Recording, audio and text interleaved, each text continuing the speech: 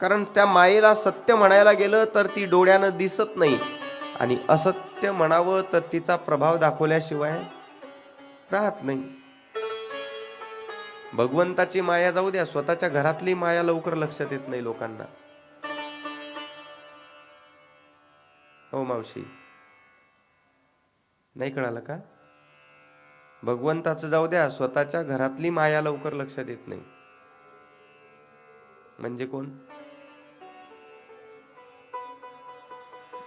म्हणजे कोण? घरातली माया कोण असते? दोन माया असतात घरात.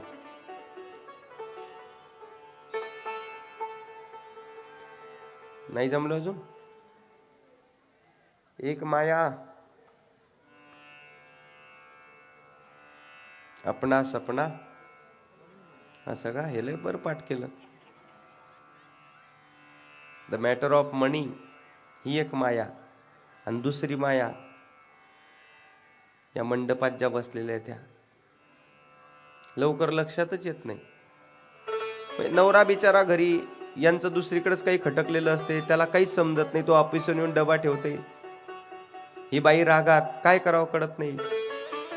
बरं, पूर्वीच्या काळात असं होतं, रामकथेत असं वर्णन आलेलं आहे की राजे महाराजांच्या काळामध्ये बायकोला जर राग आला तर कसं समजायचं, तर तिथं कोप भवन बांधलेले असायचे. कोप भवन म्हणजे रुष्ट झालेली बायको त्या भवनामध्ये जाऊन बसायची. मग राजांना आल्यानंतर विचारायचं, राणी साहेब कुठं आहेत? कोणीतरी सांगायचं कोप भवनात जाऊन बसल्यात. कोप भवनात जाऊन बसले म्हटले की राजानं लक्षात घेऊन घ्यायचं की काहीतरी कुठंतरी खटकलेलं आहे, राग आलेला आहे. मग राजाने कोप भवनामध्ये जायचं, समजणूक काढायची, काय पाहिजे सांग, तुला सगळं देतो. तेव्हाचे कोप भवन. आता 1 BHK बांधायलाच 20-20 वर्ष लागतात.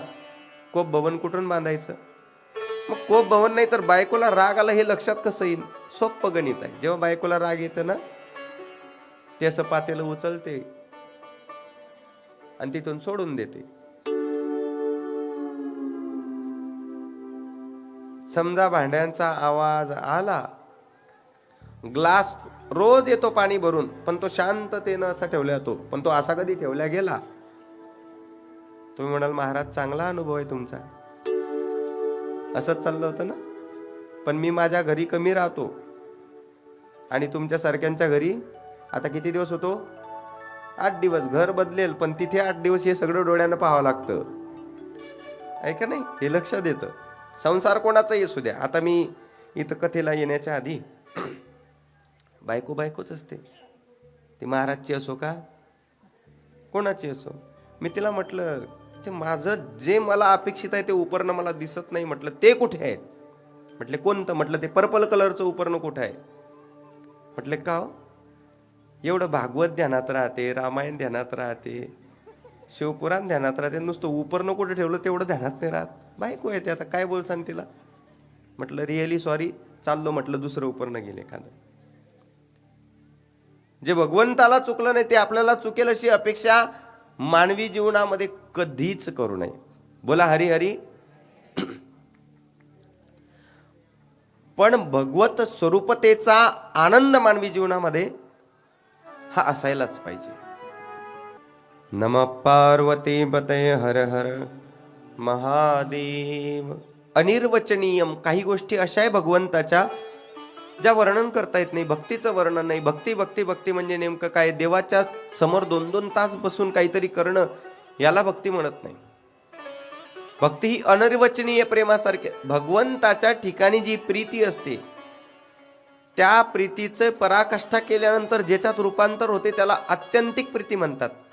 आणि भगवंताच्या ठिकाणी असणाऱ्या अत्यंतिक प्रीतीला भक्ती असं म्हणत असतात. मग ती भक्ती जगाला दाखवल्या जात नाही. शांत चित्त नसावी, शांततेत असते.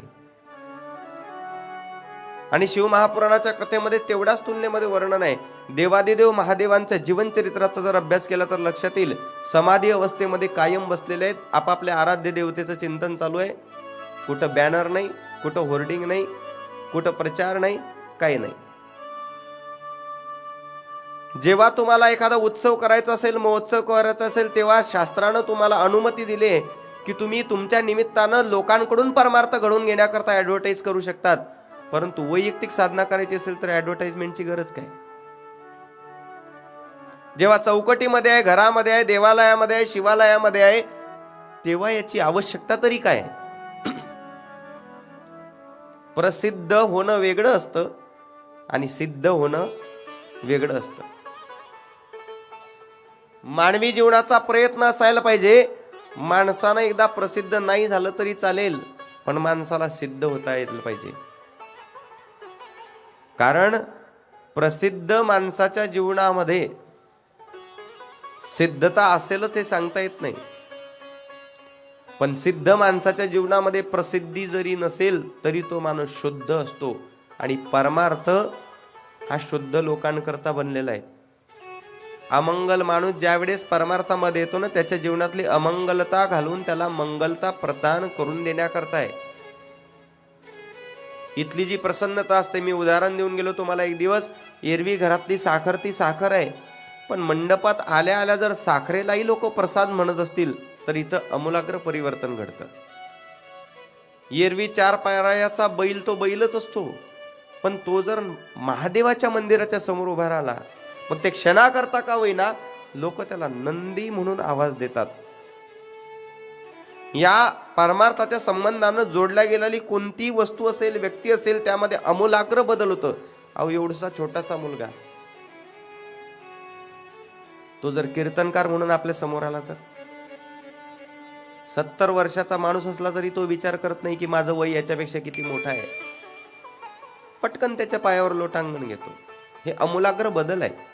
तुम्ही कोण आहात यापेक्षा तुम्ही कोणाचे आहात हे खूप महत्वाचं आहे. साधू संतांचे वाक्य आहे, मद दास करी त्यांचा संत दासांच्या दासांचा. माझी एवढी लायकी नाही म्हटले की मी संतांचा दास होऊ शकतो, पण एवढी तर लायकी माझी असेलच, मला संतांचा दास नाही करता आलं तरी चालेल, पण देवा संतांच्या दासांचा दास केलं तरी चालेल, त्यांची सेवा मी करेल. या सगळ्या गोष्टी परमार्थामध्ये जाणून घेता यायला पाहिजे. आपण ज्या शिवमहापुराणामध्ये कथा आतापर्यंत जाणवू लागलो, ज्यांच्या ज्यांच्या जीवनामध्ये हे समर्पण आलंय, वज्रांगाला ब्रह्मदेवानी त्या ठिकाणी परिस्थितीचा अनुभव सांगितला की वज्रांगा, तुझी आई जरी दैत्य माता असेल तरी तुझे वडील मात्र वेदाला अपेक्षित असणारा आचरण करणारे आहेत. तुझ्या आचरणामुळे त्यांच्या जीवनाला गालबोट लागेल असं वागू नको. वज्रांग व्यवस्थित ट्रॅक पकडून चालायला लागला. त्याच वज्रांगाच्या उदरी जन्माला आलेलं बालक, ज्याचं नाव ठेवण्यात आलं तारकासूर, तो मात्र उन्मत्त झाला, कारण ट्रॅक बदलला. त्या तारकासुराच्या उदरी जन्माला आले 3 बालक, मग त्यात विद्युन्माली असेल, कमलाक्ष असेल, उन्मत्त झालेत. यांचा संहार करता करता करता मी तुम्हाला एक अल्प शब्दामध्ये कथा सांगितली होती जालंधराची. भगवंताच्या क्रोधाग्नीतून निर्माण झालेला आहे. आता खरं सांगा, भगवंताच्या क्रोधाग्नीतून जरी असेल तरी भगवंताचा अंशच आहे ना. मग भगवंताचा अंश आहे म्हटल्यानंतर त्याचं आचरण असायला कोणत्या पद्धतीचं पाहिजे.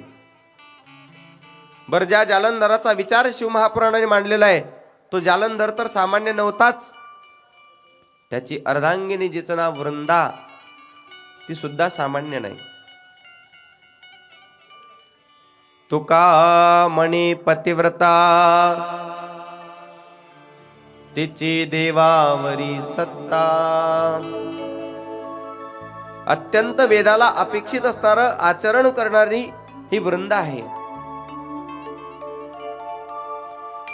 जालंधरानं कितीही चुकीचं काम केलं तरी तो मारला जात नव्हता. त्याचं एकमेव कारण स्वतःची साधना नाही, भगवंताच्या क्रोधाग्नीतून निर्माण झाला म्हणून नाही.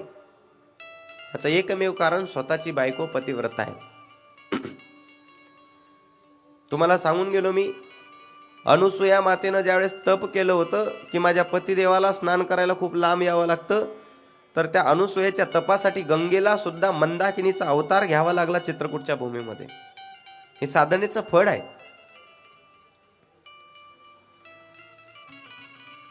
जेव्हा या जालंधरानं जिकडं तिकडं आपलं अस्तित्व मांडण्याचा प्रयत्न केला, सगळ्या देवी देवतांनी देवादिदेव महादेवाकडे धावा केला. महादेवांनी त्यांना सर्व वृत्तांत जाणून समजून सांगण्याचा प्रयत्न केला. मी संहाराची देवता आहे, देव लोकांचं काम आहे, म्हणून मी तुमच्या बाजूने युद्ध लढण्याकरता तयार आहे. पण ऐका, जोपर्यंत याची पत्नी वृंदा ही पतिव्रता आहे, तुम्ही किती प्रयत्न केला तरी सुद्धा जालंधराचा संहार तुम्ही करू शकत नाही, त्याचा उद्धार तुम्ही करू शकत नाही. महाविष्णूंनी कट रचला. काल आपण ज्योतिर्लिंगाची कथा श्रवण करत असताना पहिलं ज्योतिर्लिंग सोरठी सोमनाथ श्रवण केलं. 27 कन्या अर्पण केलेलं असताना रोहिणीकडे आकर्षण हे त्या चंद्राचं जास्त होतं, श्रापानुग्रहित होता. अशा अनेक कथा आहे. गौतम ऋषींची पत्नी अहिल्या, रामकथेमध्ये जे आपण चिंतन करत असतो किंवा एका भजनामध्ये वर्णन आलेलं आहे,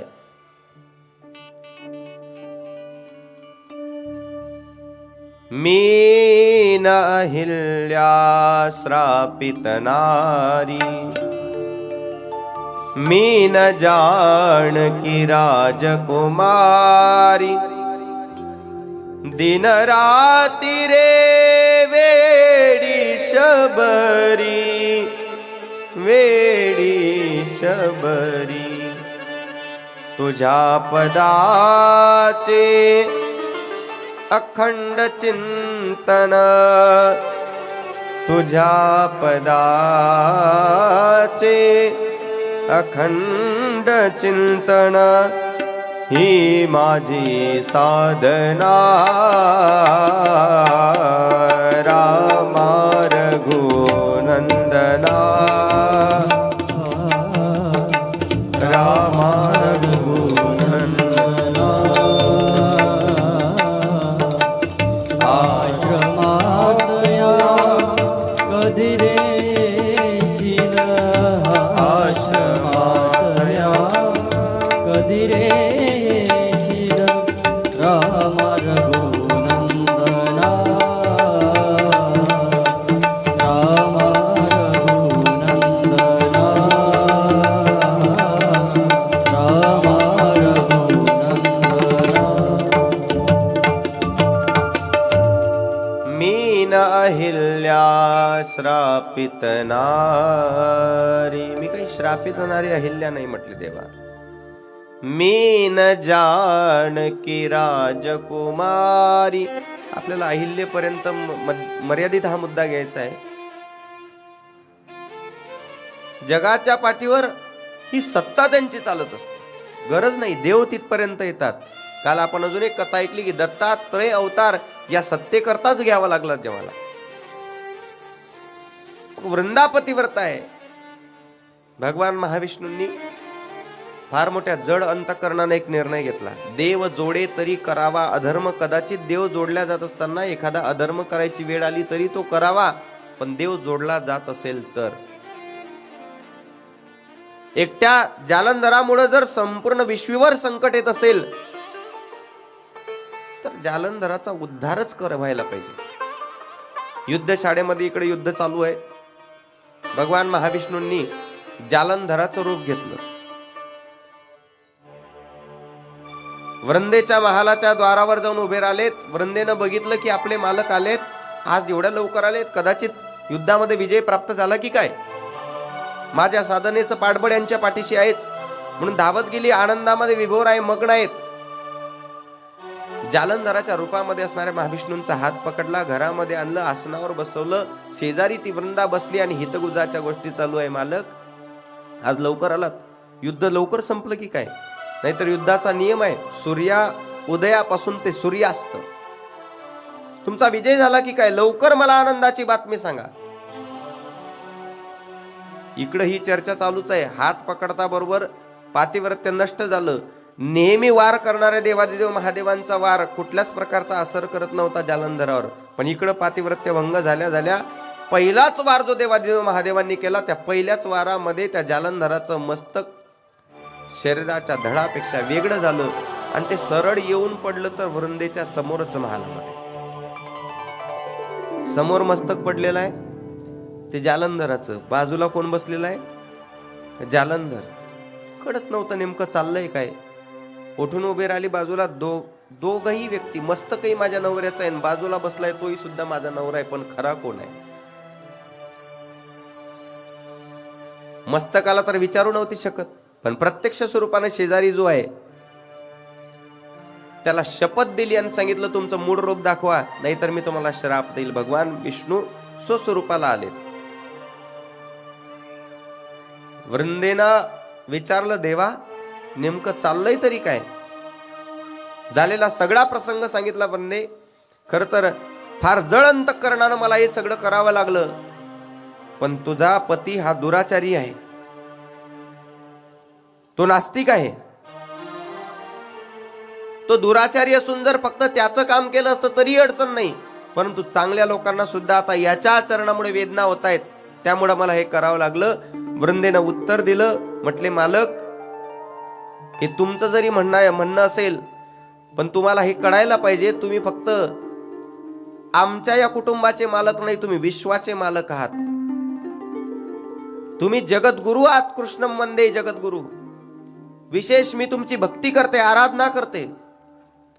आणि एवढ्या जगाच्या मालकाला साधं सूत्र सुद्धा कळू नये की माझा मालक दुराचारी जगा करता असेल तरी माझ्या करता माझा मालकच आहे, माझा नवराच आहे.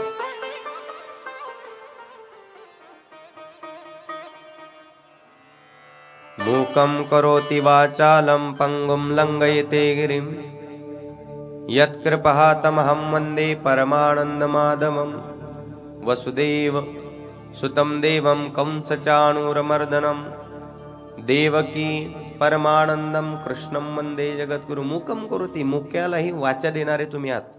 पंगुम लंघयते गिरिम, पांगड्याला सुद्धा पाय देणारे तुम्ही आहात. जिथं पांगड्याला पाय देतात, मुक्याला वाचा देतात, इथं तर तुम्ही सरळ जीवनच संपून टाकलं एकाच.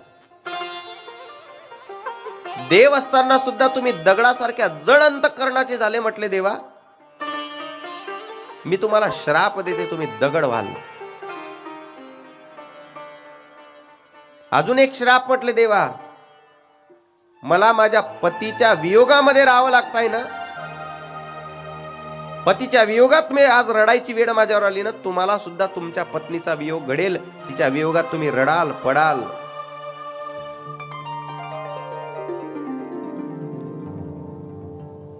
देव जर पाषाणाचा झाला, श्राप तर दिला, पतिव्रतेचा श्राप आहे तो खोटा होणार नाही, पण देव जर पाषाणाचा झाला तर पालन पोषण करणारी देवता ही भगवान महाविष्णू आहे. जगाचं काय होणार? जग संपून जाणार.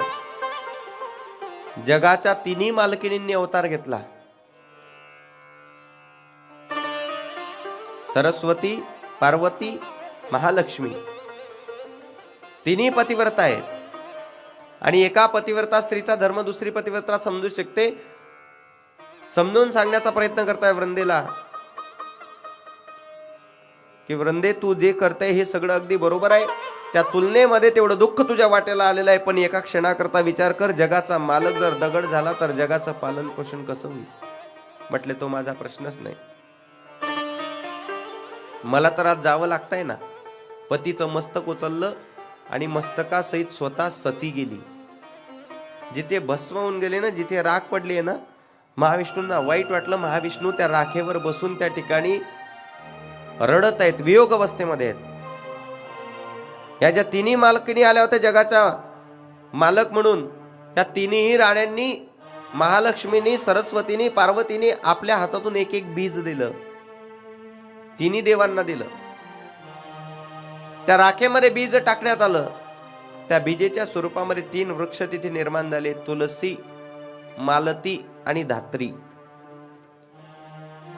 धात्री ही देवाला अप्रिय वाटायला लागली, तुलसी आणि मालती प्रिय वाटायला लागली. त्यातही जी तुलसी आहे, देव जवळ बसले होते ना वृंदेच्या, तर त्यावेळेस आलेला जो सुगंध होता देवाला, तसा सुगंध त्या तुलसीतून यायला लागला.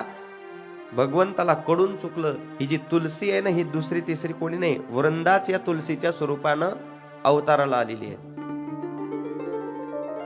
देवाला अत्यंत भावना विभोर झाले देव आणि बोलायला लागलं, हे तुलसी, हे वृंदे, तू या स्वरूपात अवताराला आली, माझ्या करता, या जगाकरता तुला स्वतःचा संसार त्यागावा लागला, पण तू या स्वरूपानं अवताराला आली ना, मी तुला आज वरदान देतो यानंतर विश्वातली सगळ्यात प्रियतम वस्तू जर माझ्याकरता कोण असेल तर ते तुळशी राहील.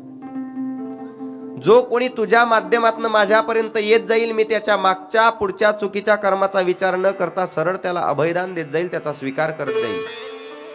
तुझ्या वरच्या मंजिरीपासून तर खालच्या मुळापर्यंत सर्वस्वी अधिकार माझा, मला तू प्रिय राहील कोणत्याही स्वरूपामध्ये.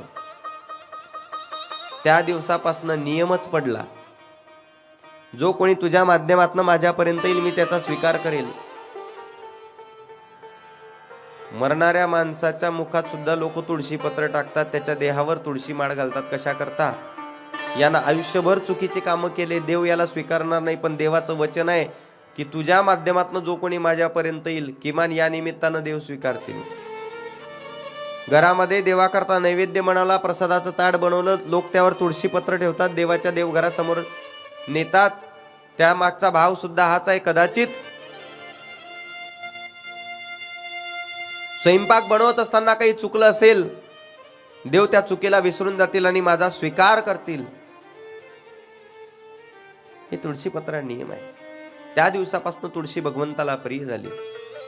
भगवंताचं वचन आहे, तुझ्या मंजिरीपासून तर मुळापर्यंत कुठलाच असा शेष भाग राहणार नाही जो मला प्रिय वाटणार नाही. तू पूर्णतम मला प्रियतम आहे. म्हणून देवाच्या मंजिरीचा हार सुद्धा, तुळशीच्या मंजिरीचा हार सुद्धा देवाला अर्पण केला जातो. राहिलेल्या वरच्या काठीपासून, बारीक काठीपासून तर खोडापर्यंत प्रत्येक तत्वाची माळ बनवली जाते. बारीक असेल तर बारीक माळ, खोडाची असेल तर जाड माळ. राहिला खालचा भाग खोडापासून तर मुळांचा, त्याचा उपयोग काय करायचा? तर वारकऱ्यांच्या कपाळाला असणारा जो बुक्का आहे ना, तो बुक्का ज्याच्यापासून बनतो, तुळशी काष्ट ज्याला आपण म्हणत असतो ना, खालचा भाग मुळापासून तर खोडापर्यंतचा, याला विशिष्ट मंत्रोच्चारणाच्या पद्धतीमध्ये त्याला भस्म केलं जातं, त्याला जाळलं जातं. त्यातून जी राख तयार होत असते ती काळी नाही, त्याला कोळसा होईपर्यंत जाळावं लागतं.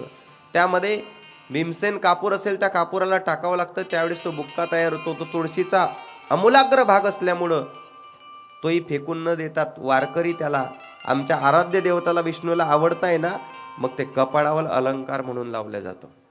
हा त्याचा खरा मागचा इतिहास आहे. लोक विचारतात, बा कुंकवाचा इतिहास माहित आहे, याचं माहित आहे, त्याचं माहित आहे, हे बुक्का कुठून आला? काळी वस्तू लोक अशुभ मानतात, पण माझ्या दृष्टिकोनातून काळ्यासारखं शुभ दुसरं जगाच्या पाठीवर दुसरं काहीच नाही. तुम्हाला काय वाटतं? जो विटेवर उभा आहे ना, तो देव सुद्धा काळाचा आहे. फक्त काळा नाही, काळा अकुट्ट आहे. शास्त्राचे प्रमाण आहे, ठाईचाची काळा अनादि बहुकाळा, म्हणून या वेदा चाळा लाविला गे माये. मला तर कधी कधी प्रश्न पडतो, देव काळा असून सुद्धा एवढ्या विश्वाला त्यानं वेळ लावलाय. तो जर गोरा असता तर आहे का नाही? बरं झालं देवा तू काळाच आहे. बरं, काळा रंग हे जर अशुभतेचं लक्षण मानावं तर मला असं वाटतं, तुम्ही आपण सगळे जिल्हा परिषद शाळेचे विद्यार्थी आहोत आणि जिल्हा परिषदला आतापर्यंत चांगल्या चांगल्या लोकांचं भाग्य ज्याच्यामुळं उजळल्या गेलं, तो बोर्ड सुद्धा ब्लॅकबोर्ड म्हणवला जात होता. त्याच्यावरच आम्ही सगळी बाराखडी शिकलो, सगळं व्याकरण शिकलो, त्यांनी आमचं जीवन उज्ज्वल करून टाकलं. मग त्या काळ्या रंगाला अशुभ कसं म्हणावं? तासभर आपल्या लेकराचा मेकअप करणारी आई तासभर सगळी रंग जे वापरते ते लाल असतील, पिवळे असतील, पांढरे असतील, आहे का नाही? पण सगळा शृंगार झाल्यानंतर नजर लागू नये म्हणून जो टिळा लावला जातो तो तर काळाच असतो. ते काळ्या रंगाला अशुभ मानायचं तरी कसं? काळ्या रंगाला अशुभ मानल्यापेक्षा आपण जे काळे काम करतो ना, त्याचा विचार कधीतरी करत जा. ते खरं अशुभ असतात. बरेच व्यवहारातले उदाहरण आहे. माणूस चांगलं काम करायला निघाला, एखादी मांजर जर आडवी गेली तर लोक काय म्हणतात? अरे महाराज, तुम्ही इकडनं जा आता मागच्या गल्लीनं. म्हटलं का? नाही म्हटले, ती मांजर आडवी गेली तुम्हाला, आता तुम्ही जे काम अंतरंगामध्ये ठेवून चाललायत ना, ते तुमचं काम पूर्ण होणार नाही. आपण म्हणावं, दादा मला असा रोज लय मांजरी आडव्या जातात, आणि आपण त्यांना सल्ला द्यायचा, एक नाही एक साथ 10 मांजरी आडव्या गेल्या तरी चालतात, तुमचं काम झाल्याशिवाय राहणार नाही जर तुम्ही प्रामाणिक असाल तर. पण गावातला एक माणूस कधी आडवा झाला ना, तर गावातला चालू सप्ताह बंद व्हायला वेळ लागत नाही. गावातला एक माणूस कधी आडवा झाला ना, नात्यातला एक माणूस कधी आडवा झाला ना, तर 2 दिवसावर जिचा संबंध पक्का करायचा होता तो संबंध तुटल्याशिवाय राहत नाही. माणूस खरा तर विचित्र प्राणी आहे. एवढा विचित्र प्राणी आहे माणूस. कोणीतरी म्हटलं, महाराज नेमकं चांगलं कोणाला म्हणा, वाईट कोणाला? म्हटलं विचारच नको करू. तुझ्याशी काम असलं ना, ज्याला तुझ्याशी काम असलं त्याच्यासाठी तू देवापेक्षाही मोठा माणूस असतो.